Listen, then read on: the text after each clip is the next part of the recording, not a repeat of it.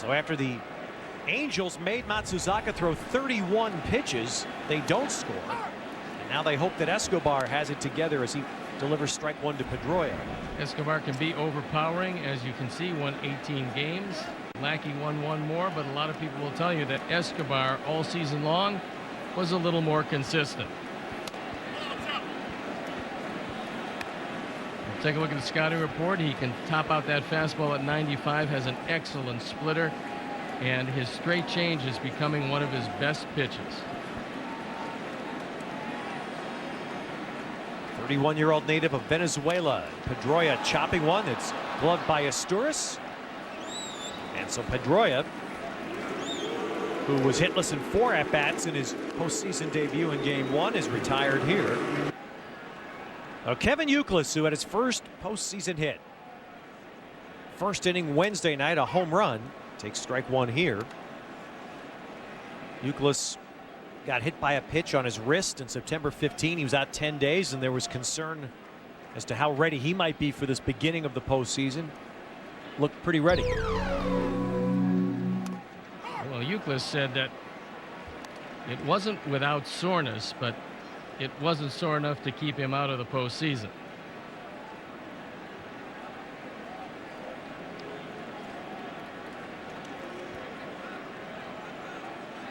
Youkilis always a patient hitter, gets his stance as far back in the right-hand batter's box.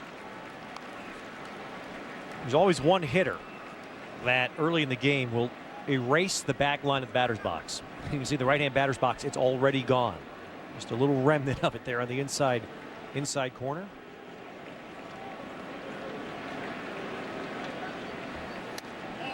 Two. Well, Escobar throws from the extreme first base side of the rubber. Figures it gives him a much better angle to the right-hand hitters. That's where he feels comfortable. Every pitcher uses a different spot.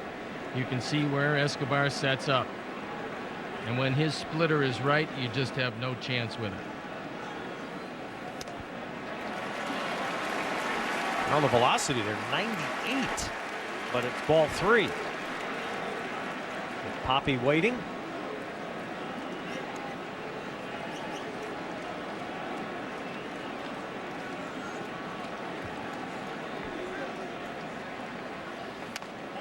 Boy, is that a Youkilis at bat? As Ortiz fouls it away.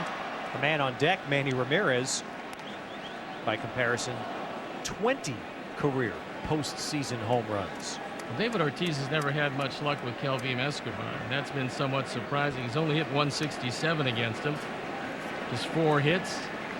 One of them left the ballpark. He's driven in 3. If you can hold down Ortiz and Ramirez, and that's essentially what Escobar has done, you usually have a pretty good shot against the Red Sox.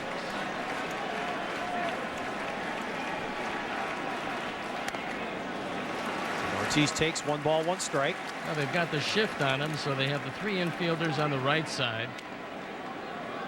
Only Asturias is on the left side. Plenty of room for Ortiz if he wants to slap it right back through the middle. You see the defense and how they line up. He hit against the shift in the first inning Wednesday. And a base hit to the left of second base. 1-2. And that's the splitter, and that's probably the reason why David Ortiz has so many problems. Watch it again. It's out of the zone. And to the hitter, you see just kind of spinning the opposite way. Ortiz reads it as a fastball. The ball just dips away, and he missed it by plenty.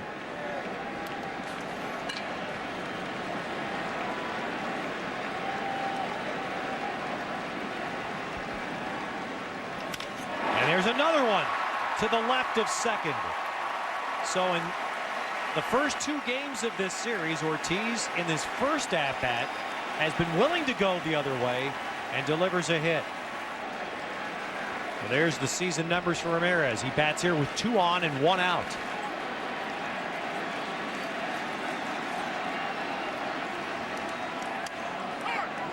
Escobar was terrific this year in stopping the home run.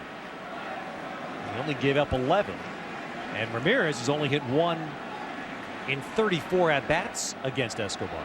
Well, the Red Sox are more than just a slugging team, and they're going to run every chance they get on the Angel outfield, especially on Guerrero and Wright, who's had some tendonitis in his elbow. I'm sure they want to test it out to see if it's healthy. 1 ball, 1 strike. Guerrero is really shading the right field corner, Steve. Well, it pretty much shows you that when Escobar goes to the fastball, he wants to keep it away from Manny. I mean, Tremendous that looks extreme, doesn't it? Tremendous amount of room in right center field. Look where Vladimir's playing.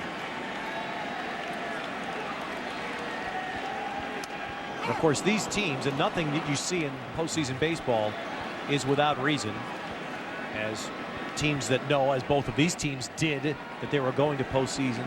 They both spent about 10 days having scouts personally watching each of their potential opponents. Well, multiple scouts, and they took approximately 5 hours going over the advanced scouting report, and this is what the defensive charts read in the Ramirez-Escobar matchup.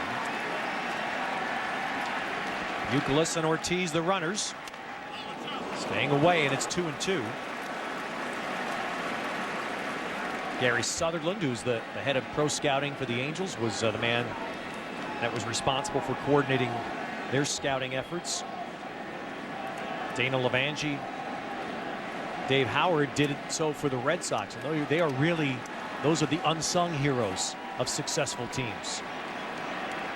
Mike Lowell waiting.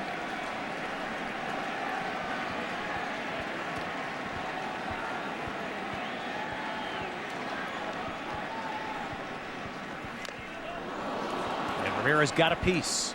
A lot of people are probably wondering just exactly what an advanced scout can do and how would it be different than what he did during the regular season. Well, number one, you want to know which of the hitters are hot, if someone has adopted a different batting style, which guys run on which particular counts, will they squeeze with anybody in the lineup, and how the outfielders throw going each way.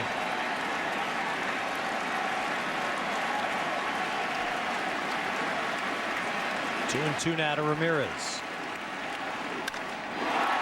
Center field, Figgins frozen for a moment, but breaks back and plays it nicely. So there's 2 down and the runners hold. And, well, Escobar has good enough control, and you're right. If he doesn't pitch to the defense, you wind up with doubles in the corners. So Mike Lowell with 2 down. And by the way, Figgins, we mentioned this is the first game that he has started in center field all year for the Angels, but he has played a good amount of center field in the past. He started over 90 games in center field for Mike Scioscia last year. Mike Lowell has been the constant run producer, 120 of them this year, because he discovered right and center field.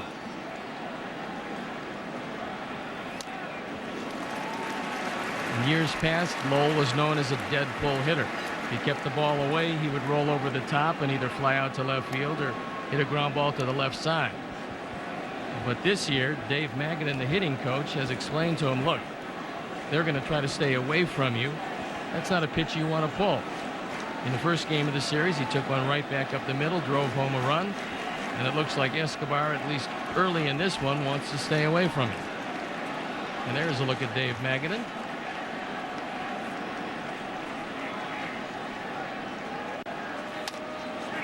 Up high to Lowell, 3-0. So the Red Sox are doing to Escobar almost what the Angels did to Matsuzaka in the top half of the inning. They're making him work and running up pitches. Matsuzaka through 31, 22 so far here. I would expect a 3-0 green light for Lowell, especially if he got one middle in.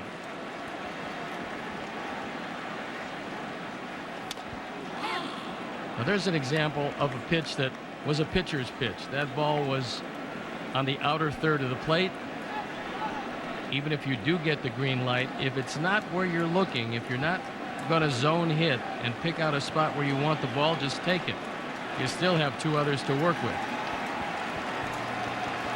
Angels infield back all the way around.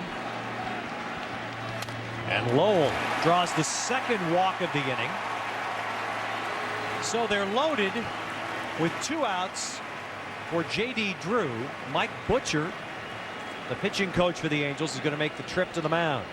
So J.D. Drew, who had a very disappointing first year in Boston overall. He did, though, have a very good September. And he hits here with the bases loaded. Youkilis, Ortiz, and Lowell, the runners, and 2 out. Drew in game 1 was 1 for 3. Now, he had spent his entire career until this year in the National League, so he's only had 5 at-bats against Escobar.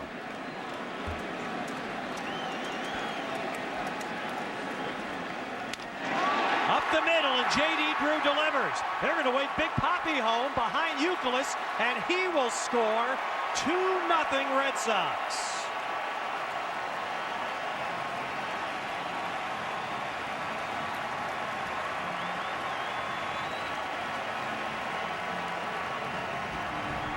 The one thing you cannot afford to do is walk these Red Sox. They've got too much thunder in their lineup. The lineup is relentless. You never get a breath. And J.D. Drew takes it right back up the middle. That ball was up in the zone. I told you they're going to run all the way around on the outfield of the Angels. And just like that, the Red Sox, who have a 1-game lead in the series, lead 2-0 here in the first. The thing the Angels couldn't get in the top half, J.D. Drew delivers the 2-out hit. That's kind of been the theme of the series. And Boston has been an awfully good home team this year. Not quite as good as the Angels have been at home, but still pretty good. So Jason Varitek takes a strike.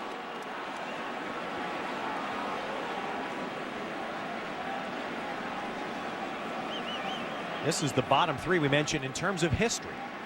The bottom 3, 7, 8, 9. These guys have all had success with Escobar. Varitek 7 out of 22. The 318 average. He's got 2 on here and 2 out.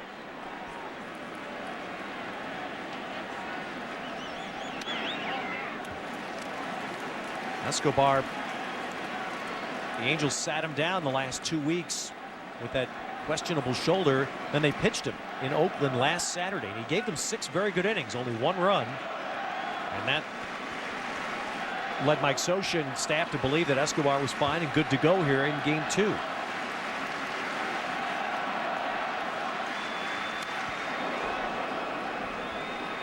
And again, you look at the gun readings. 98, hit that a couple of times. Well, there's certainly been enough on the fastball, but it's been location. It could very well be many times a pitcher is going to compensate for not feeling quite 100% by trying to throw harder. You usually don't get hitters out that way. You get hitters out by taking something off as opposed to trying to put something on. Varitek caught by Kendrick, and that ends the inning. But the Red Sox, for the 2nd game in a row, strike in the 1st inning.